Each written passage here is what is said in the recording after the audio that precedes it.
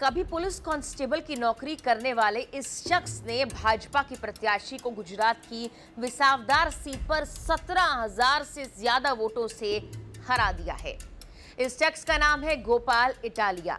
Italia के विधायक बनने के बाद उनकी चर्चा जोरों पर है, लेकिन ये पहला मौका नहीं जब उन्होंने सुर्खियां बटोरी हों।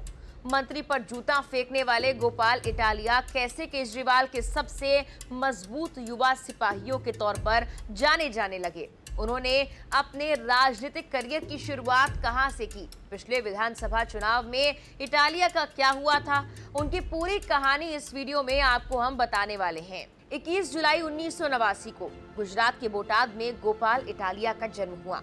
परिवार काफी गरीब था, लेकिन फिर भी कड़ी मेहनत से 25 साल की उम्र में उन्होंने गुजरात पुलिस में कांस्टेबल की नौकरी हासिल की और अपनी पढ़ाई भी पूरी कर ली।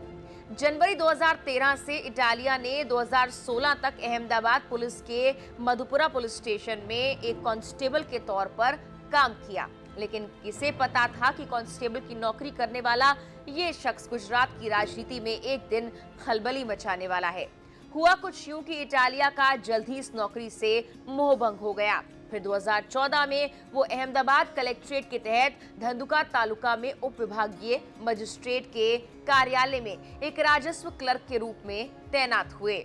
लेकिन 2017 में जब इटालिया ने एक मंत्री पर जूता फेंका तो उनकी मुश्किल जितनी बड़ी उतनी ही ज्यादा उनकी चर्चा भी होने लगी। दरअसल मार्च 2017 में गृह राज्य मंत्री प्रदीप सिंह जडेजा पर कथित तौर पर जूता फेंकने के बाद उन्हें निलंबित कर दिया गया। जूता मंत्री से दूर गिरा था, लेकिन इसके बाद इटालिया ने सरकारी नौकरी से इस्तीफा दे दिया। इससे पहले उन्हें बतौर पुलिसकर्मी भी एक मामले में शराबबंदी से जुड़े मामले को लेकर बोलने पर कानूनी कार्रवाई का सामना करना पड़ा था। उनके खिलाफ एफआईआर भी दर्ज हुई थी। इटालिया और कई और लोगों ने इस मामले में 10 दिन जेल भी काटी थी, जहां उन्होंने एक भाजपा नेता के खिलाफ विरोध प्रदर्शन किया था और फिर कुछ वक्त बाद ही वो आम आदमी पार्टी में गुजरात राज्य इकाई में राज्य उपाध्यक्ष के रूप में शामिल भी हुए। कई मुद्दों पर आवाज उठाने के साथ ही उन्होंने राज्य में युवा जोड़ो यात्रा निकाली और केजरीवाल का ध्यान खींचा। इसके बाद आखिरकार उन्हें 12 दिसंबर 2020 को राज्य अध्यक्ष नियुक्त किया गया, जबकि गुजरात चुनाव में इटालिया प्रदेश में केजरीवाल के सबसे मजबूत सिपाहियों के तौर पर नजर आने लगे। हर पोस्टर पर केजरीवाल और इटालिया की तस्वीर जरूर होती थी। गुजरात विधानसभा चुनाव से पहले साल 2021 में सूरत नगर निगम के चुनाव हुए। 27 सीटें आम आदमी पार्टी के पाले में गई, जिसके बाद इटालिया पर केजरीवाल का भरोसा और बढ़ गया, जिसके बाद 2022 में इटालिया को फिर आम आदमी पार्टी गुजरात ने अध्यक्ष के रूप में नियुक्त किया।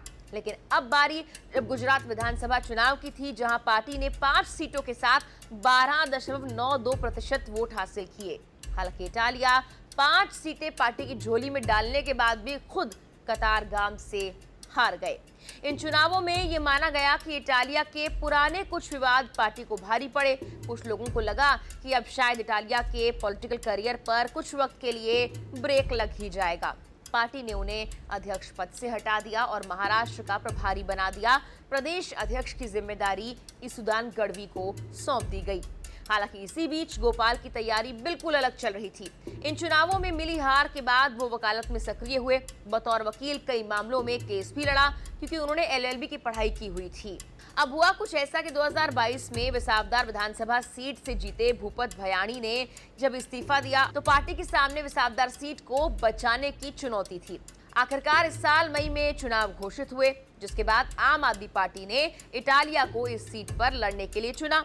लेकिन इस बीच वो एक पुराने मामले को लेकर खूब सुर्खियों में आए, क्योंकि खुद अरविंद केजरीवाल ने इसी मामले को सामने रख जनता के सामने इटालिया को हीरो की तरह पेश किया। ये मामला था जब गोपाल इटालिया ने प्रधानमंत्री नरेंद्र मोदी को लेकर कुछ विवादित शब्द का इस्तेमाल कर कोई पोस्ट डाला था और दिल्ली पुलिस और बाद में राष्ट्रीय महिला आयोग की कार्रवाई का सामना उन्हें करना पड़ा था। इटालिया के खिलाफ ये कार्रवाई पुराने वीडियो को लेकर हुई थी, जो 2022 में गुजरात विधानसभा चुनाव के दौरान वायरल हुआ था। भाजपा ने इस मुद्दे पर काफी तूल दिया था।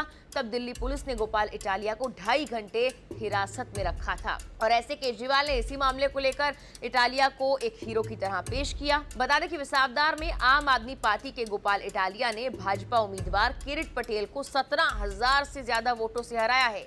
इसके साथ ही बीजेपी का कई साल बाद विसावदार सीट जीतने का सपना टूट गया। भाजपा ने आखिरी बार ये सीट 2007 के विधानसभा चुनाव में जीती, तब भाजपा के कनू भलाला ने जीत दर्ज की थी। 1995 और 98 में भाजपा के केशुभाई पटेल यहां से जीते। 2012 में केशुभाई पटेल ने अपनी गुजरात परिवर्तन पार्टी बनाई और उसी साल यहां से जीत दर्ज की थी। साल 2014 में केशुभाई ने अपना कार्यकाल पूरा होने से पहले ही इस्तीफा दे दिया और फिर उपचुनाव हुए। 2014 के उपचुनाव और 2017 में कांग्रेस ने इस सीट पर जीत दर्ज की। 2022 के चुनाव में भूपत भाई भयानी आम आदमी पार्टी के टिकट पर जीते, लेकिन लगभग 2 साल बाद भाजपा में शामिल होने के बाद ये सीट खाली हो गई थी। अब गोपाल इटालिया ने यहां से जीत दर्ज की है। फिलहाल के लिए इस वीडियो में इतना ही।